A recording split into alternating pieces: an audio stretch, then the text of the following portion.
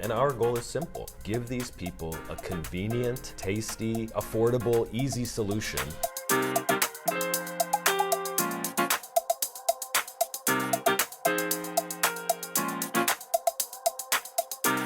Well, Beau, I want to thank you, first of all, for coming here this early morning. Sure. To be on the podcast. And it was interesting meeting you the other night at that event. Yeah. That was, it's called the, Delphi Network Delphi is Network. what it's called. Was that your first time coming? Yes, yeah. That was my first time too. Let's start off, first of all, Beau, where were you born?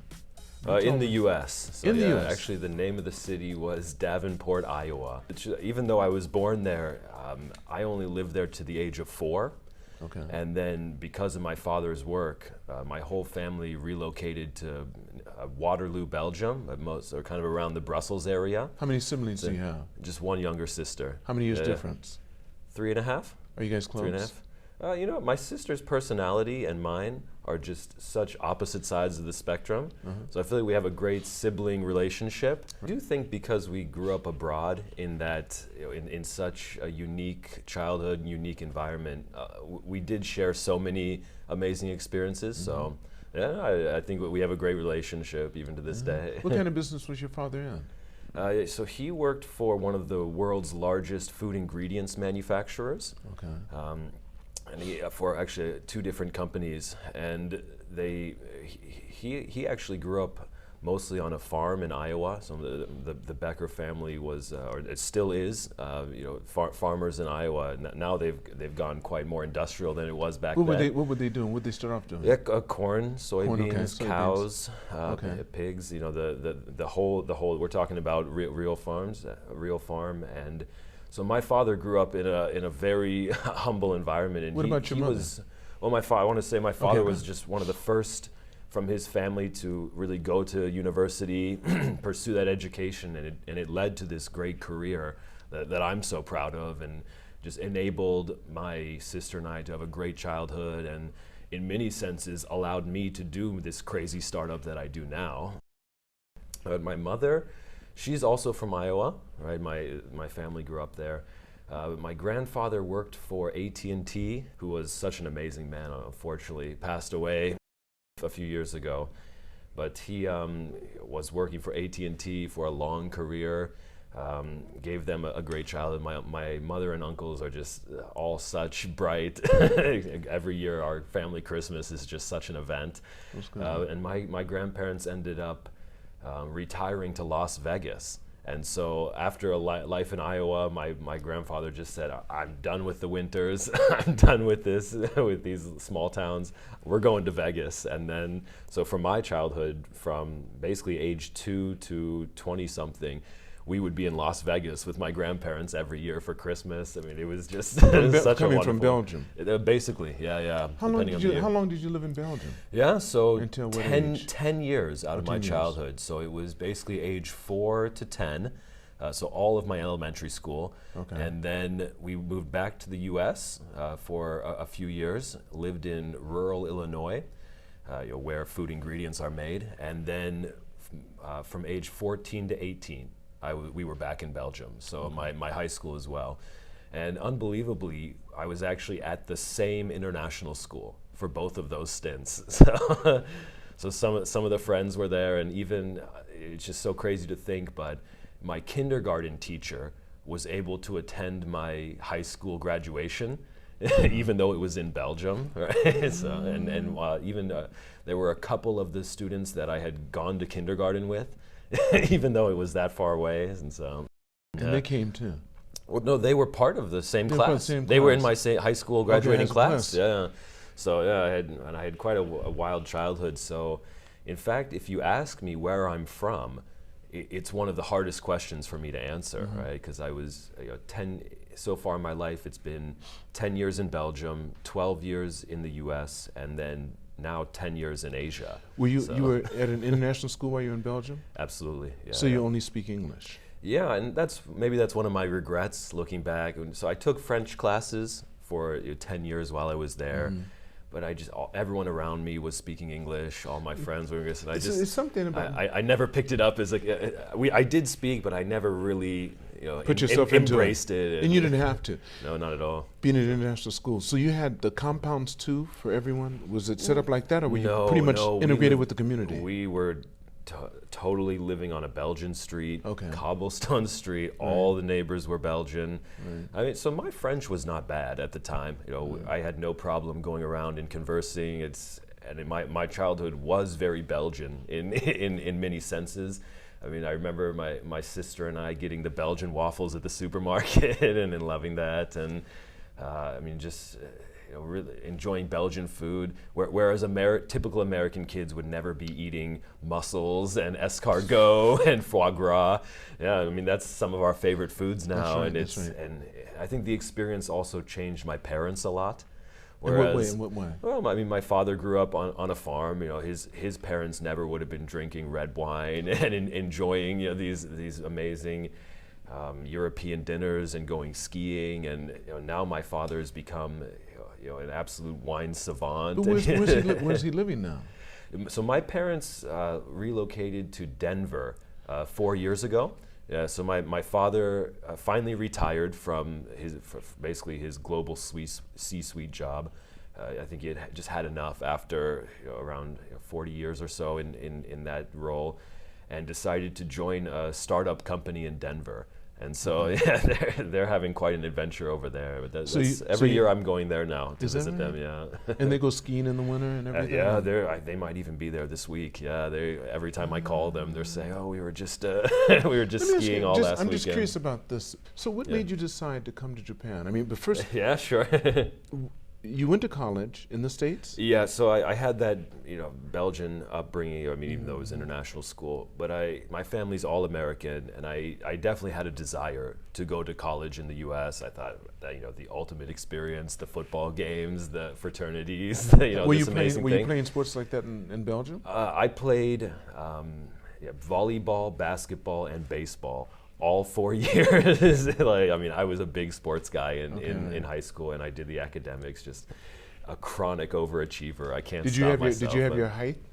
I mean, did you get your height as well when you were young? Yeah, I was. Now I'm 6'3". I was probably 6 foot or 6'1" by freshman year. So you were always one of the taller in your class. Absolutely, never tall enough to really take it to a professional level, but enough to shine on the high school teams. Okay. But yeah, and so after that, I just had this desire to go to college in the U.S. I got accepted to Northwestern University, which was my dream school. It was in Chicago. It had amazing sports. It was that big field with top academics, and I've got nothing bad to say about the experience at Northwestern. I mean, just a wonderful year as I studied mechanical engineering and economics. I mean, pushed myself way too hard, but What did you plan on to do with it? What were your thoughts then in college? Yeah, well, that's a good question, and I mean, the reason I chose mechanical engineering is that I always loved physics. I was always tinkering, taking stuff apart. I loved to build stuff, but around the age of 19, 20, I could already tell that this pure engineering was not for me. I was already struggling to engage with thermodynamics, with vector calculus, and I was doing them all, but just not really engaged in it as much. And I by that age, I already knew I wanted to be a businessman, and I could see I was good at engaging with people. I was good at selling. I was good at creating relationships. And so why did you change from that into business? What really prompted the business thought? It was totally a natural feeling from my personality. Okay. I was surrounded by all my engineering classmates, and I was also doing economics, so I would be around all these engineering classmates, and I would be the one standing out, like the most charismatic one, if we can say that. And then I would be among the economics class. I would feel much more at home, and then I was already trying to run some small businesses during university, is way overtaxing myself. But yeah, I was all in with the business. Did you have any people that were like, not mentors, but people that you looked up to that were in the business field that kind of inspired you in that direction? Or did you have a professor or someone like that made you think, something, Beau? Yeah. You are really charismatic. You'd be Sure. perfect as a spokesman or a motivational coach or it wasn't a businessman? What it was is I was involved with a company, or it's kind of a combination of a company and a student organization in university. The name of the organization is AIESEC, and they also have it here in Japan. But it's basically a business platform that puts students into leadership positions from a young age. And I just, as soon as I got involved with that community, it really elevated me and showed me that I was meant to be in business, and it really suited me. I loved leading teams.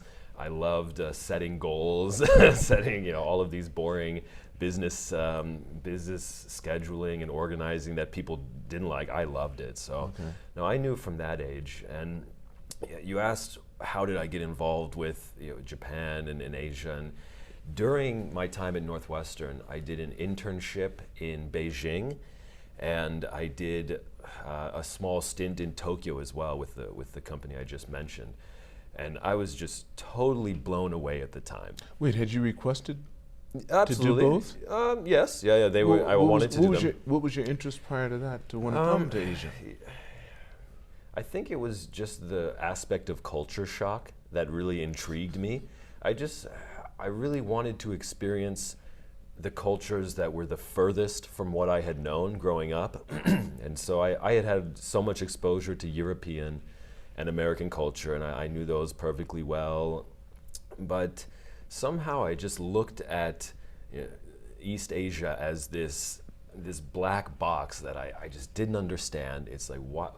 I was in my economics classes in university, and we were just talking about how China was exploding and how business was booming there. And I was fascinated. I said, what is going on over there? Did you ever have any Asian friends? Many, yeah, many. During college? Even during high school.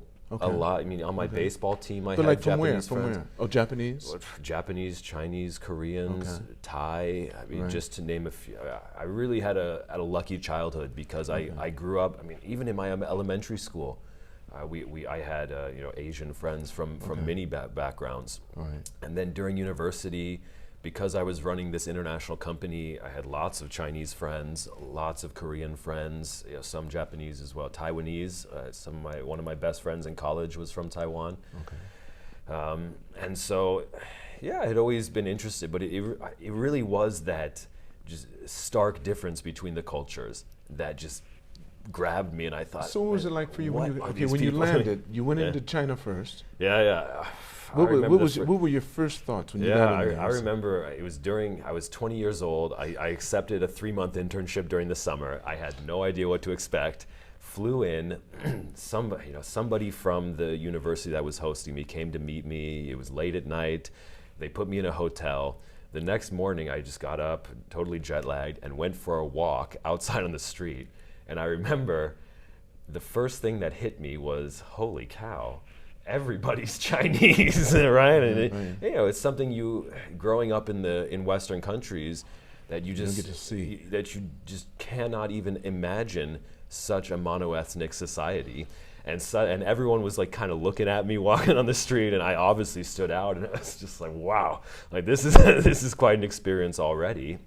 And just so that was the first culture shock that grabbed me, but it was the way they ate, the way they thought. Everyone I met was saying, "Oh, you're from America. We got to start a business. We got to do a company. What can we import?" It was like, What year was this? 2010, because it was the World Expo was in Shanghai. So that tells me you had a lot of visual information already. I'm sure you stayed up at nights looking at China and the different areas and the people and stuff like that. How would you say the differences between intellectually knowing it and then truly emotionally being involved in it? Yeah, it was just, it was Did it match so much more. Anything that matched?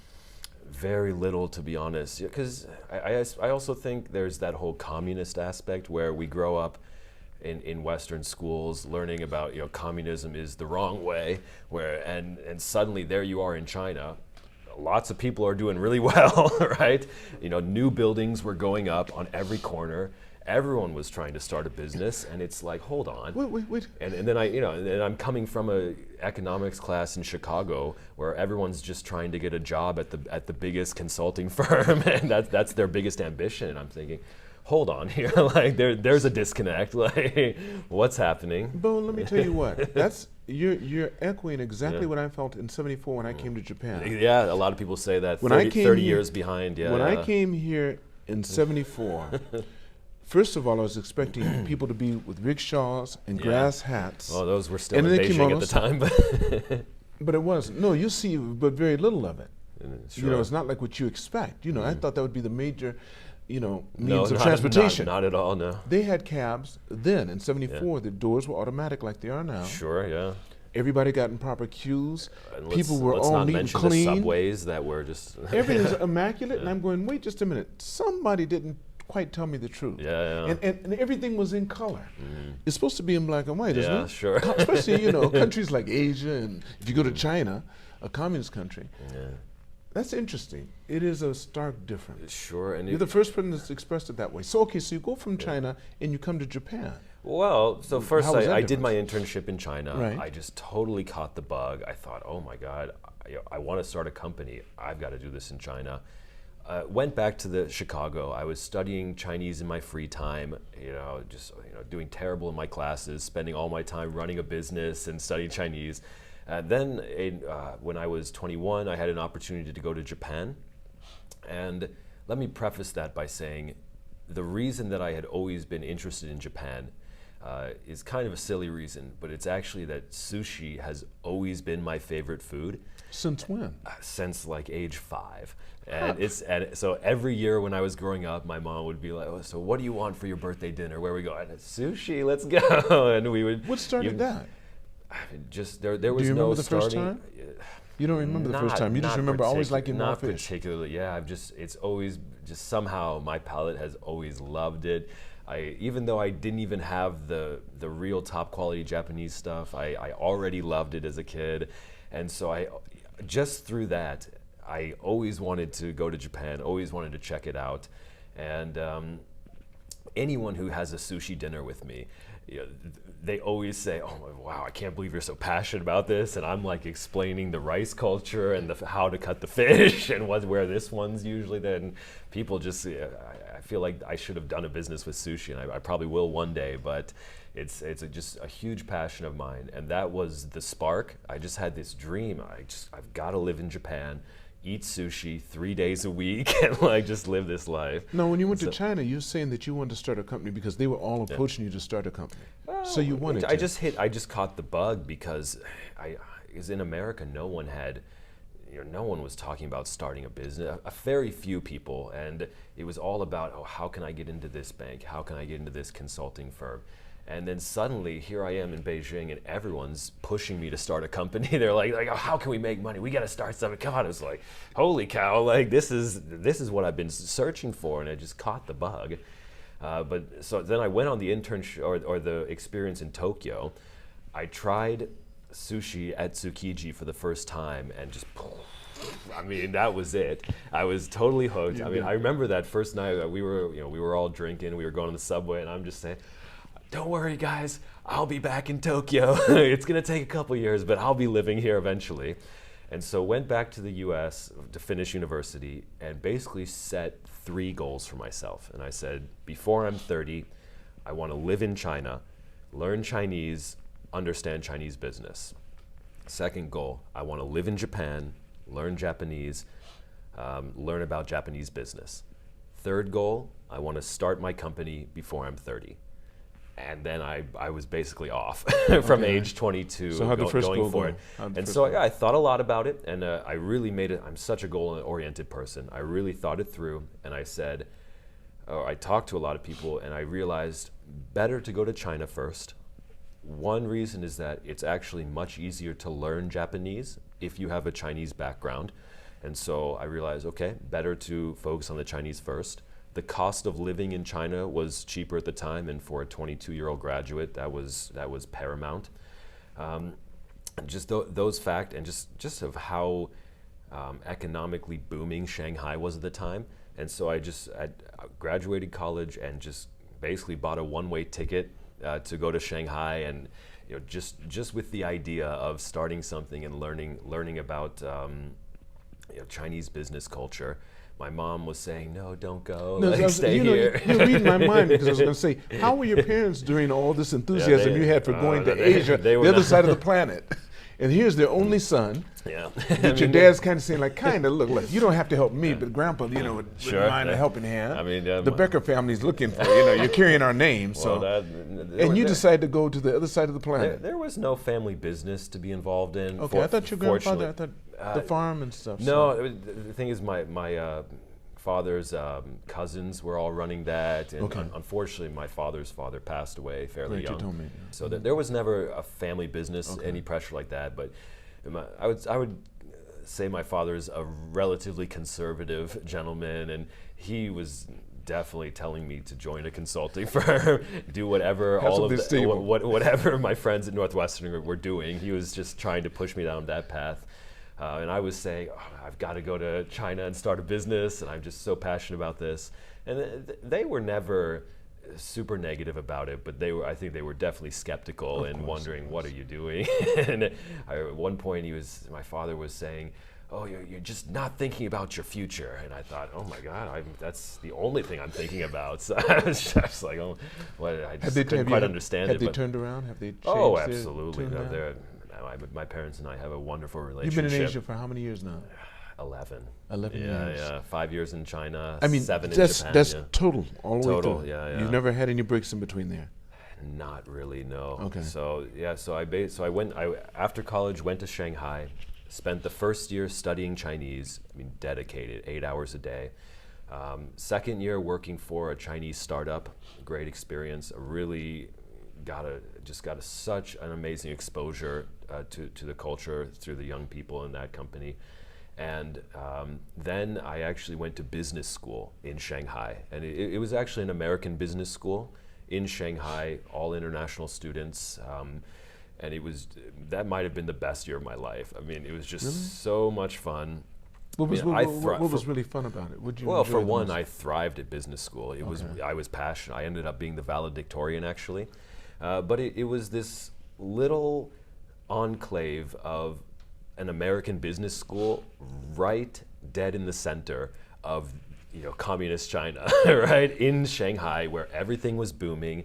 We'd be doing internships. I would see $1 million deals getting signed every week. There was just so much going on. New subway stations popping up every month. It was just insane. And all of those students in my business school who had taken that chance to go to China, they were all very ambitious people, really, really top minds, and it was just such an amazing experience. And some of those friends are my best friends to this day. And you guys were all basically around the same age too? Absolutely, yeah. And it was perfect. I was 25 at the time. Did you have any girls involved in your group? In the business school? Yes. It was very female heavy. Yeah, I would say. Was it 50-50, or was it more females than males? If it wasn't 50-50, it was 60-40 on the men's side. On the men's side, okay. It was probably more men than women, but it was plenty of women. And a lot of big personalities. I can imagine. So no, it was very female heavy in business school, but it was just such a great experience. I lived in a traditional Shanghai house with two of my best friends from the business school that we were in. It was just some of the stories are just unbelievable.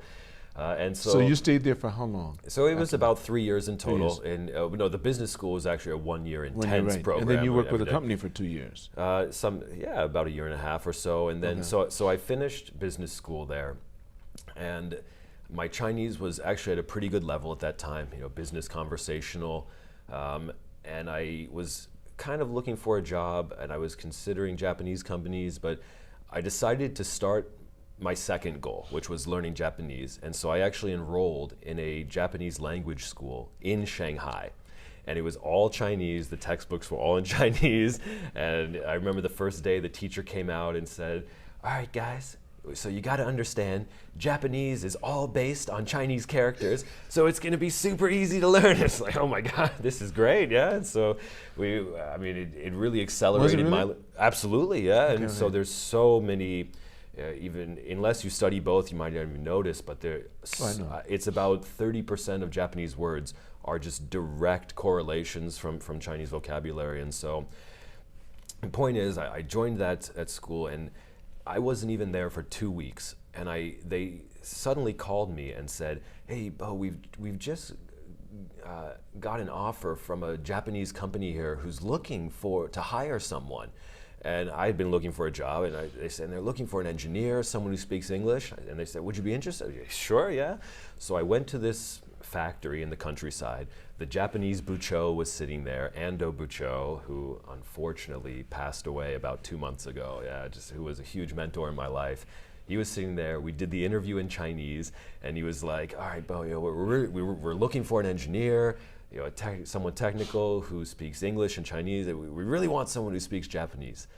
But I heard you want to learn, and let's be honest, if you're here in Shanghai, it's probably not going to happen, right? You're not going to learn." So it's like, yeah, that's probably true. And he said, "So you join my company. We're going to send you to Osaka for 2 years, pay for your Japanese school, and then you're coming back to Shanghai and working for me." It's like, oh my God, where do I sign? Like, I just couldn't believe it. And so I got this just unbelievable opportunity out of nowhere. They were doing what? Oh, it's a machinery company. Okay. Yeah, and so I was doing their overseas business, machinery, and I had studied engineering. Wait, did you, now immediately when you got that contract, did you say, "Dad"? I just went, you called him Dad. I'm sure he said, sure. Yeah, of course. "This is the company I'm working with now." Oh, and I'm sure he was so proud he didn't know what to do. Well, my son speaks Chinese. I can see him right now talking to his friends. I think that was the point where it turned, because for the first couple of years it was, my son's in China. Yeah. I'm not sure what he's doing. And all his friends are saying, "Oh, my son works for this bank." But then maybe 5 years later, his friends are saying the same thing. "Oh, my son still works for the bank." And suddenly, oh, well, now my son's traveling all around the world and working for this crazy Japanese company. And, wow. and it was I just can't believe that even happened to me, because it's a family-owned Japanese business with 100 years of history. And I was right there, right? I was meeting with the Buchos all the time. I was in the headquarters in Osaka. What was your age at that time? What was your age? 26 when I started, yeah. And so I ended up working there for basically 4 years. And it was unbelievable, because for the first year or so, I was mostly studying and just learning the culture, and the culture shocks were unbelievable in this company. But now, give me a few examples of the culture shock. Sure. I mean, okay, sure. So we had every morning, 8:25 a.m., the whole factory lines up in rows. The owner, Shacho, steps up, the bell rings, Shacho steps on the stage in front of everybody and says like, "Okay, order," something like that. Right. And then they did a roll call of every person's name, one after, and this was the company culture. Every factory did it. And they would say everyone's name, 100 people, very fast, and you'd go, "Hi," every morning at 8:25. And then they'd do like the company announcements, and then we would all say like the company motto together at the end. And I don't think it's a bad culture. I mean, it was just, and for 4 years. You didn't do Taiso? You didn't know Taiso?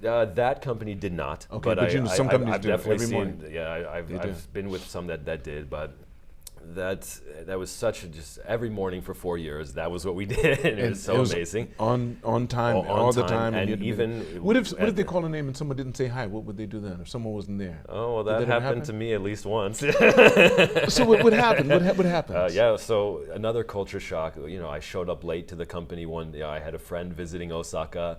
Maybe we went a little too crazy on Sunday evening. Okay. Showed up to work late one day. Oh my gosh, right? And I mean, it was such a drama, right? Well, tell me, I wasn't the only one that it ever happened to, but it did happen to me maybe 2 times.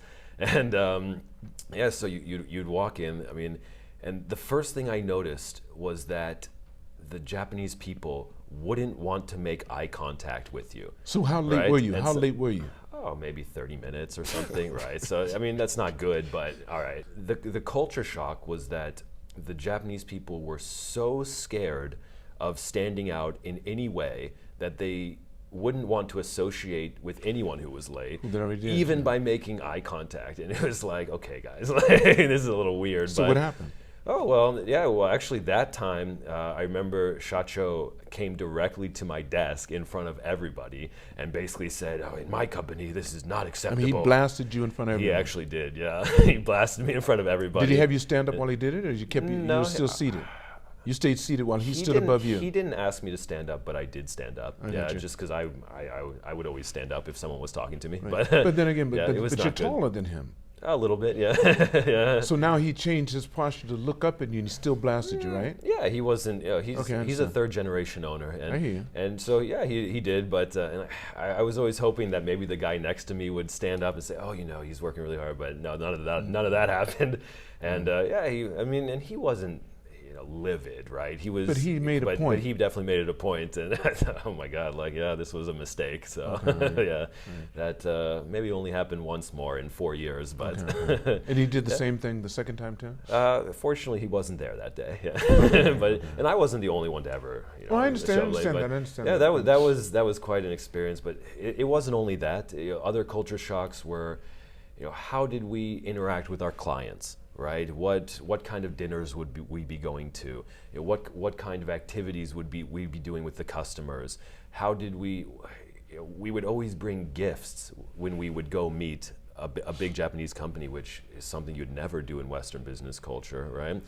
We would, you know, just all of these little details that you might not pick up on. What year are we So, talking now? Give again. It's 2000 what? yeah, so I started 2016 and So it's 2019. ended in late 2019. Yeah, but this was the way of doing business, and I was so That used to be lucky the way. in this traditional Japanese company and we had factories in India, Thailand, Indonesia, Did you visit any of Shanghai. them? That was my job. So I was the overseas business manager, and I ended up becoming a kacho, which was unbelievable. So if I ever write a book, that'll be the name, like Yeah, Gaijin kacho. Kacho. Which And is then- equivalent to what in English? Manager, I Manager, guess, top but manager, right. it's pretty rare for a non-Japanese person to get such a title. How many people were And under you? In that, yeah, so it was the overseas business team in Shanghai, so I think it was 3 people at that time. Did they travel with you too, or did Not typically, because I was one of the only English speakers in the country, and so I would be, you know, going to Brazil, I would be going to the U.S., I would be going to Europe, Middle East, Africa, India. So how much did you travel in a year? extensively. Oh, it was so. Actually, I'm someone who keeps quite a detailed record of my life in a journal, and the record was 119 flights in 1 year. Yeah, crazy. And so I was like a United 1K member. So it got to a every point year. where it wasn't fun anymore. That's true, but Yeah. I At the mean, beginning, you're just so but it- hyped and you get like yeah. this. Then after a while, it's But- just, but I'm if- on the plane. Yeah, sure. And I gotta I was eat an this. expert I've traveler. had finished. I'm tired of peanuts now. I But, can't but do if it. you're gonna Right. do that life, You gotta I mean, be- it was the time to do it. Age 26 that's to right, right, 30. while you're I mean, young, I yeah. don't regret it at all. I got to see Would the you whole go back world. to it?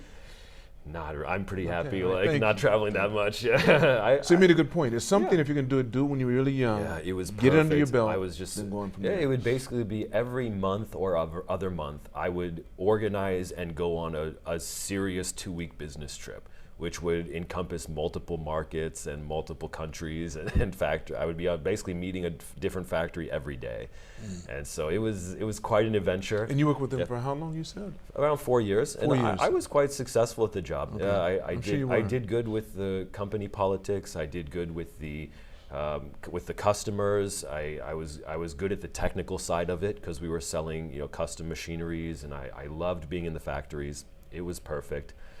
But now we're kind of coming to the point of my third goal, which was to start my own company. And I had basically achieved what I wanted in China. I knew the culture, I knew the language, I understood Chinese business.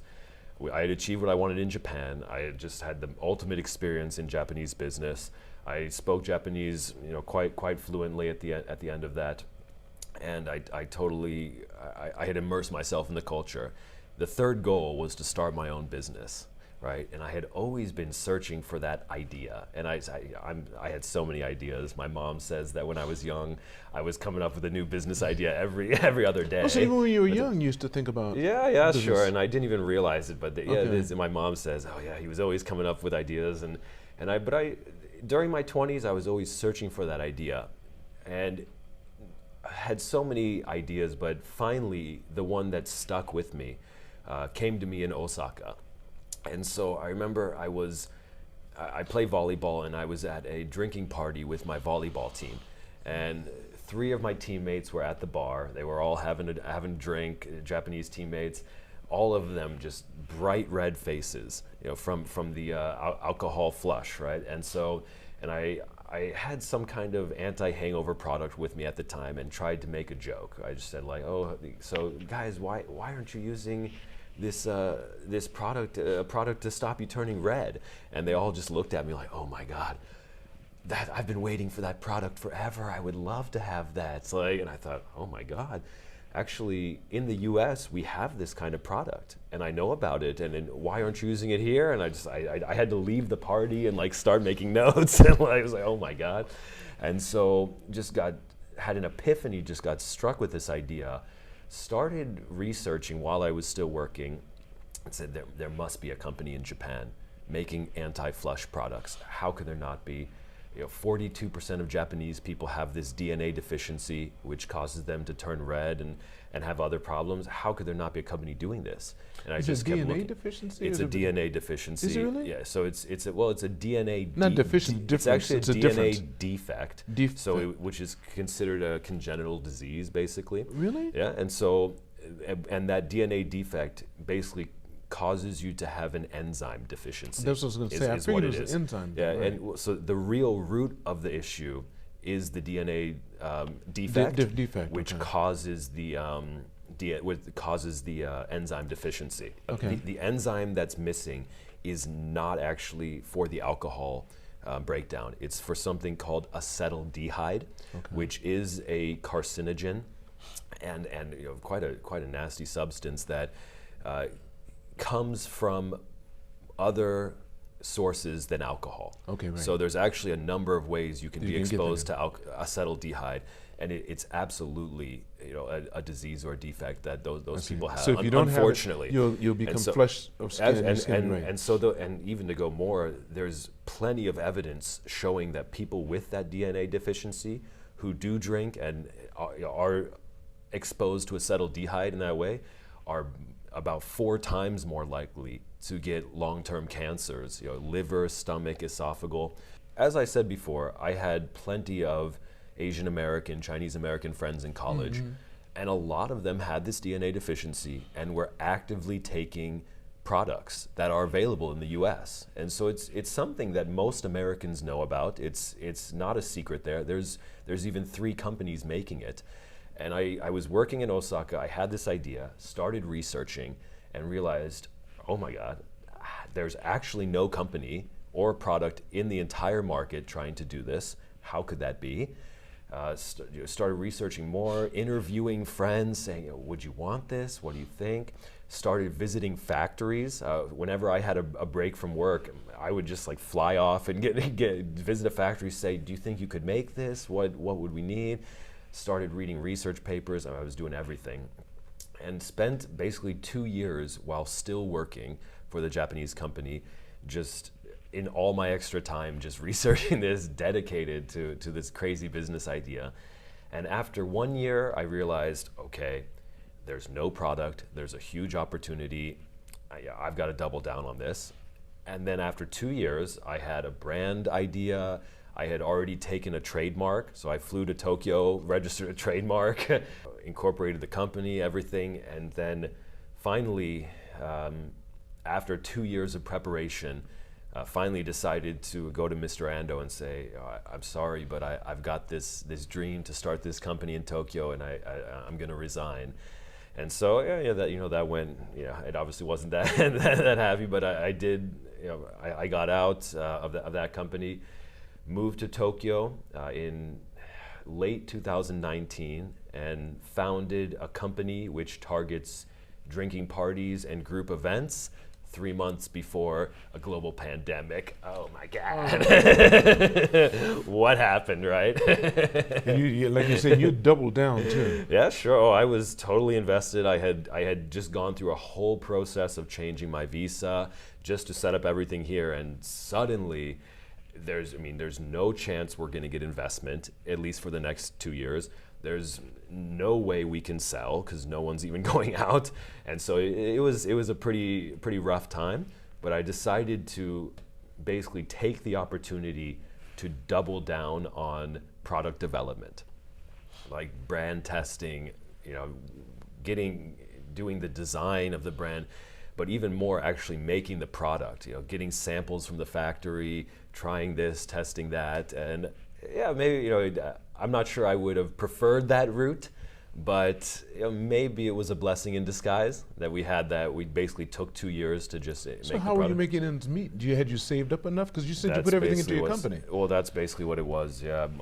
All the money I had made through my previous job and that was basically what I was using. To keep you afloat during that absolutely. 3 years. Sure, and I will say, I mean, I owe everything to my parents, right? Okay. I mean, so they had your back. Through that, I mean, every Christmas they're buying me clothes. I hear. They're whatever I need. They've just been so supportive of it. So I'm so lucky. Well, you can say thank you to them. This is the camera. Say thank you to them. No, thank you very much, Mom and Dad. You made it happen.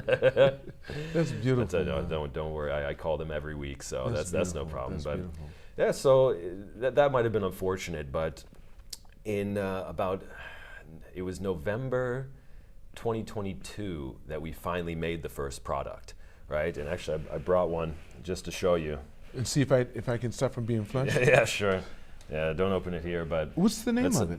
This is the name. Okay. Akan, and so yeah, we came up with a brand. Yeah. So this was our first product. Yeah, we've been selling for about a year now. And I bet it's been going like wildfire. Man, it catches on slowly. Yeah, I'll admit that this first product the thing is it's based on amino acids, vitamins, sure, and you know, other very strong ingredients, and so it's difficult to make it tasty and make it appealing. So I think our first product didn't quite live up to the expectations in terms of taste and, you know, the formula of the product.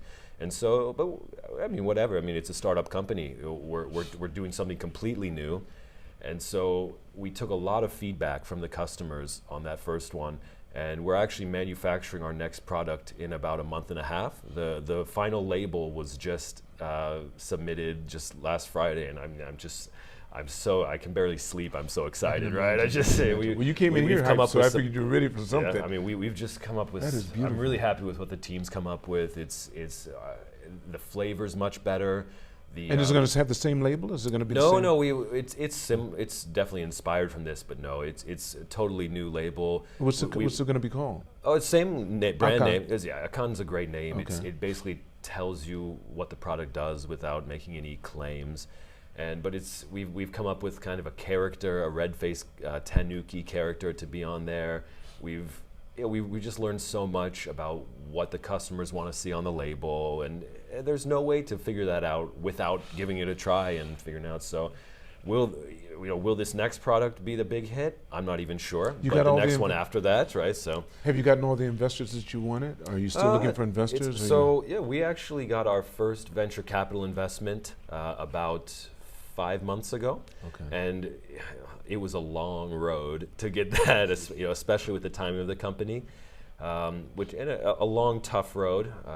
But yeah, things have been really picking up, and I think the hard work, the risk taking, actually being able to bring something to market has shown people that this product actually can be sold, and because it's a medical product, that's that's easier said than done. But is it called? It's not considered a medical product.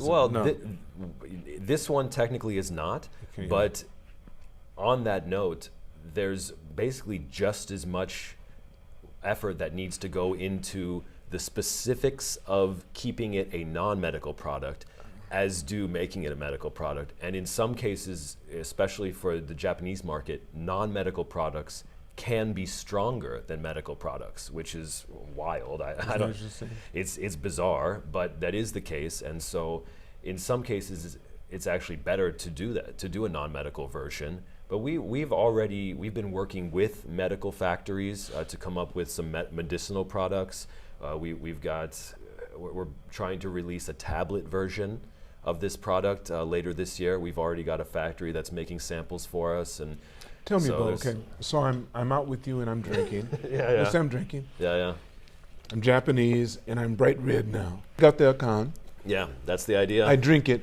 What do I expect to happen after I drink it? Yeah, and well, what kind of time frame? Yeah, so we should say what exactly is this alcohol flush, right? So the facial redness is one thing, but in fact, the people with this issue, their heart rate increases unbelievably. It goes from basically 70 resting up to like 140 with no activity, just from the alcohol.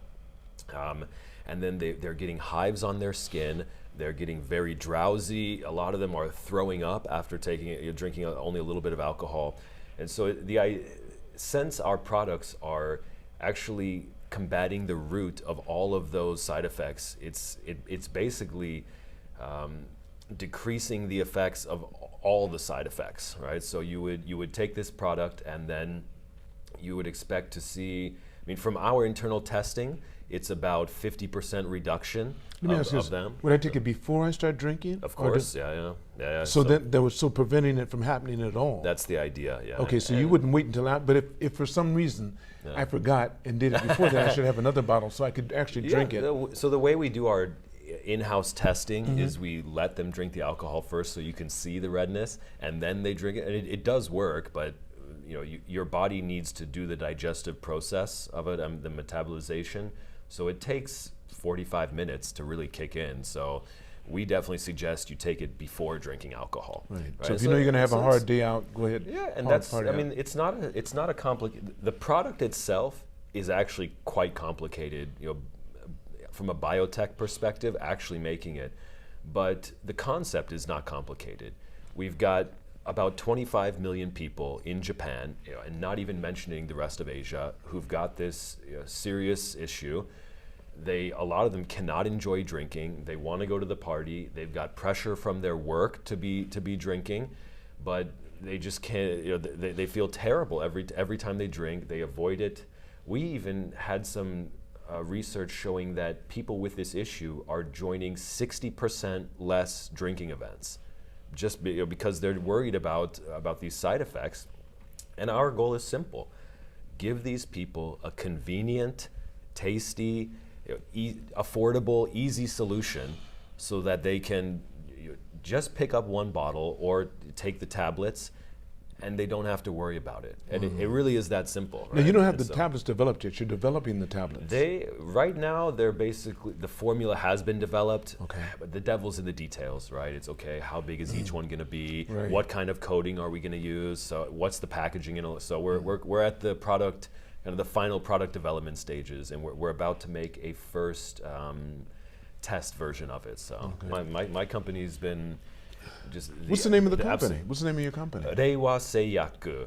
Reiwa Seiyaku. Yeah, which is Reiwa Pharmaceuticals. Okay. I love the name of the company, because we were founded in the first year of the Reiwa era in Japan, and so I love it. Do you have a site people can go to? Of course, reiwaseiyaku.co.jp. Okay. Yeah, you search for Reiwa Pharmaceuticals. You'll definitely find it. They have a big picture of you up there somewhere in the background. Well, probably in the back page. Well, check the Instagram. Okay. It's more on the back page. Right. So we've been selling for about a year or a little more, and our first product was okay, but we're about to release our second product, and I'm just absolutely pumped for it. Beau, okay, before I end the podcast, there's a question I always like to ask. Yeah. If you could go back in time, knowing what you know now, and meet the younger Beau, and give him advice, how old would he be, and what advice would you give him? Yeah. I'm a fan of the podcast, so I actually did prepare an answer, and I would go back to when I was 18 years old. And at that time, I had been living in Belgium for 10 years of my childhood, so actually more than I had lived in the US.